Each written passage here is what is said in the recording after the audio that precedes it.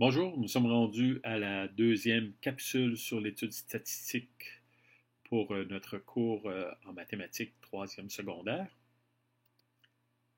Donc, je reviens sur l'étude statistique de la première capsule en parlant de la collecte des données, afin que vous ayez une idée d'ensemble qu'est-ce qu'implique une étude statistique, puis bien l'assimiler.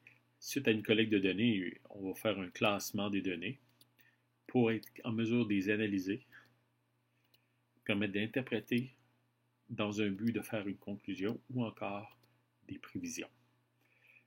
Donc, sans plus tarder, on va s'attarder sur la collecte de données avant tout. Lorsqu'on a parlé de collecte de données, on a parlé de type d'étude. On avait une étude qui était de type recensement, qui impliquait 100% de la population, et on disait qu'il était très fastidieux et très coûteux. On a introduit à ce moment-là l'alternative qu'on parle de sondage. Le sondage, lui, qui est un sous-ensemble de la population, un point très important, c'est qu'il faut avoir utilisé des méthodes de sondage qui sont approuvées. Donc, l'échantillonnage par sondage, il faut être en mesure d'avoir un échantillonnage très représentatif de la population. Donc, d'où l'importance d'utiliser des méthodes reconnues. On va étudier 4 méthodes d'échantillonnage.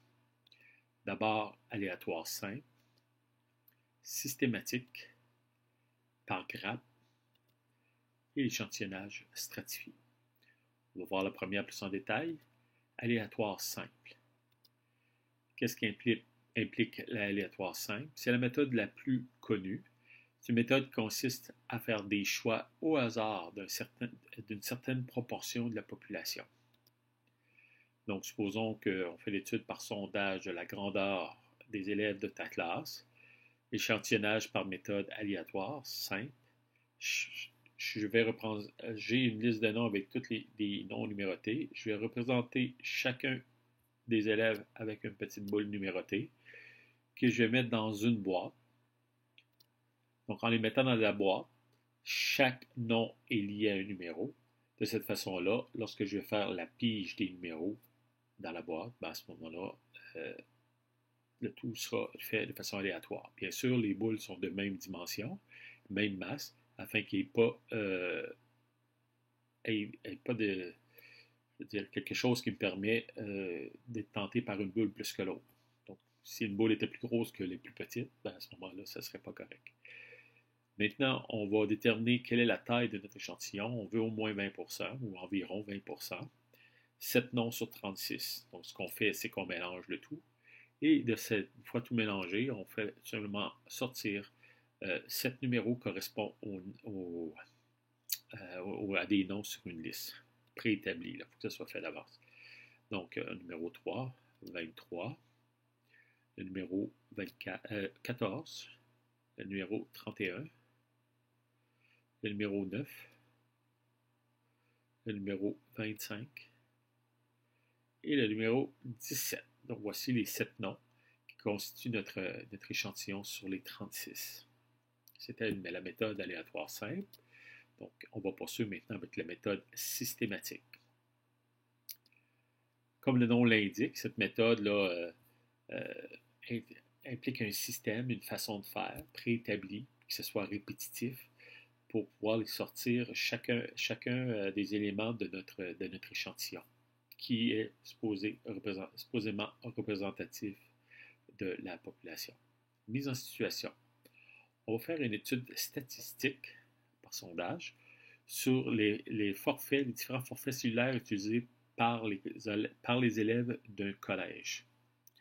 Donc, à partir d'une liste de noms numérotés et selon la taille de l'échantillon désiré, voici la procédure. Pour notre étude, nous voulons un échantillon de taille de 75 élèves sur les 743 élèves d'un collège, ce qui représente environ 10%, ce qui veut dire 75 sur 743, de la population des élèves de ce collège. Ce que je propose, d'abord, il va falloir déterminer un nombre de 1 à 10, de 1 à 9 au hasard pour savoir quel est le premier nom que je vais prendre sur la liste. Par la suite, je vais trouver la valeur qu'il faut, mon taux d'augmentation d'un nom à l'autre, en divisant le nombre total d'élèves par la taille de l'échantillon. Par la suite, on sera en mesure d'établir notre séquence d'échantillonnage. On va commencer d'abord par déterminer le nombre de 1 à 9. J'ai une petite roue ici qui va me dire quel nombre que je prends au départ. Donc, on va prendre le nombre 7. Donc, le 7 constitue le premier nom sur la liste que je vais prendre. Donc, le nom dont le numéro est 7, c'est mon premier nom. Maintenant, pour trouver le deuxième nom, il faut que je puisse calculer l'augmentation. De combien je vais augmenter, quel est le pas de 7 à quoi qui va me permettre justement de survoler l'ensemble de ma liste. On va diviser le nombre d'élèves, donc 743, par la taille de notre échantillon, ce qui va donner 9,91, que je vais arrondir à 10. Donc, mon premier nom, c'est le 7e nom sur ma liste. Donc, pour trouver le deuxième nom sur ma liste, à ce moment-là, je vais tout simplement faire une augmentation de 10, plus 10 ici, pour trouver mon deuxième nom, le 17e. Je fais la même chose pour le troisième, plus 10, 27. Et là, je continue.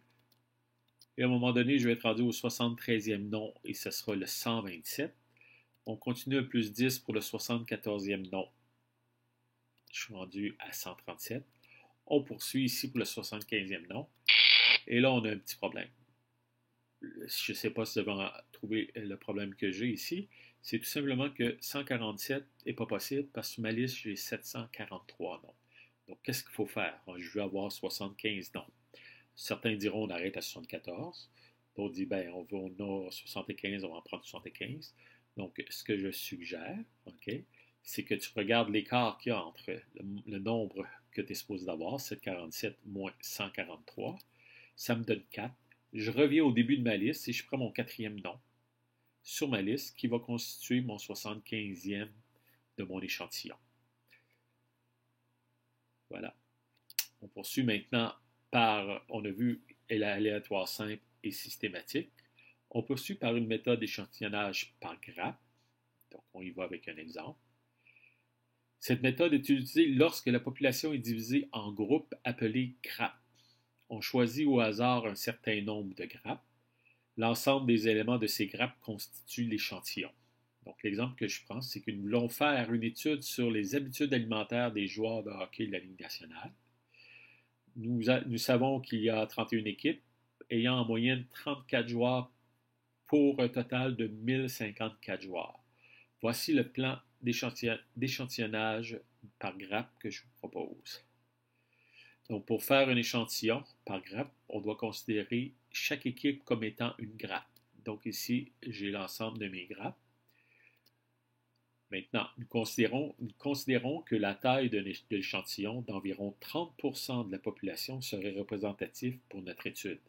Donc, on doit sélectionner 9 équipes. Je recule.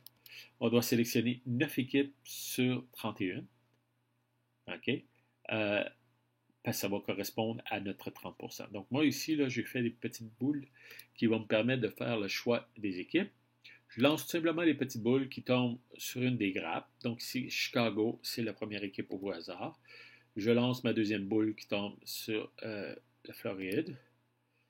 Une autre boule sur Boston. Par la suite, au Canadien, on poursuit avec Calgary, Pittsburgh, Los Angeles, Columbus et la dernière, la Caroline. Voilà. Ici, on a 9 équipes. On devra interroger les 34 joueurs de chacune de ces équipes et ça fera notre échantillon qui a été fait de façon par une méthode par grappe. Maintenant, on a vu aléatoire simple, systématique et grappe. Regardons maintenant la méthode stratifiée. La méthode stratifiée, on utilise généralement cette méthode lorsque la population est divisée en catégories appelées strates. Donc, il est important que chacune des strates soit représentée dans l'échantillon en respectant les proportions que nous avons dans la population. L'exemple que je prends, nous allons faire une étude sur les habitudes alimentaires des joueurs de la Ligue nationale ayant joué une saison complète en tenant compte de leur nationalité. Donc ici, chaque nationalité est en fait une strate. Donc voici le plan d'échantillonnage stratifié. Donc pour cette étude statistique par sondage, nous devons faire la liste des joueurs, la liste de joueurs éligibles pour chacun des pays. Okay? Donc ici, là, j'ai dans chacun des pays le nombre de joueurs, la liste du nombre de joueurs, oui, c'est ça. Dans chacun des pays, j'ai le nombre de joueurs qui correspond à ce qu'on veut dans notre étude. Donc le Canada avec ses 384 joueurs, ainsi de suite, les États-Unis, etc. Donc ici, chaque pays est une strate. En bas, j'ai marqué que le Kazakhstan, la Lituanie, la Slovénie et la Norvège, j'ai seulement un joueur. C'est 4 strates que j'ai seulement exclus parce que pour mon étude ici, ils seront pas, c'est pas assez nombreux pour qu'ils soient représentatifs.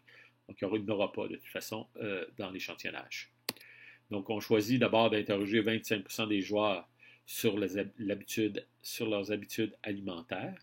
25% de 717, ça fait 179,25. J'arrondis pas tout de suite. Je vais arrondir tout à l'heure lorsque je vais calculer le nombre de joueurs pour chacun des pays. OK.